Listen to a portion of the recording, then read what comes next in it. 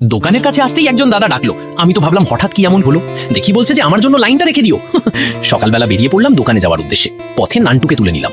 তারপর আমি আর নান্টু রওনা দিলাম দোকানের দিকে। আজকের আবহাওয়া কিন্তু খুব সুন্দর, পরিষ্কার আকাশ আর ঝলমলে রোদ। কিন্তু বাজারে ঢুকতেই সেই চিরচেনা সমস্যা, ট্রাফিক জ্যাম। চলে এলাম আমাদের দোকানে, এসেই শুরু করে দিলাম ফেসিয়াল। তারপর শুরু হলো হেয়ার কালারের প্রস্তুতি।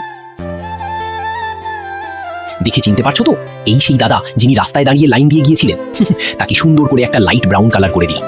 এরপর এলো আরেক ভাই, তাকে তার পছন্দ মতো একটা স্টাইলিশ হেয়ার কাট করে দিলাম। আর এবার আসল মজার ঘটনা, একজন এমন হাসছিল, একদম গড়াগড়ি খাচ্ছিল। আর এদিকে নান্টু কি করলো জানো, মাকড়সার ঝুল পরিষ্কার করতে গিয়ে একেবারে পর্দার রডটাই ফেলে দিল। তারপর শুরু হলো আমাদের দোকান পরিষ্কার অভিযান। এর মধ্যেই দেখি শ্যাম্পু শেষ, তাই নান্টু আবার বোতলে শ্যাম্পু রিফিল করে নিল।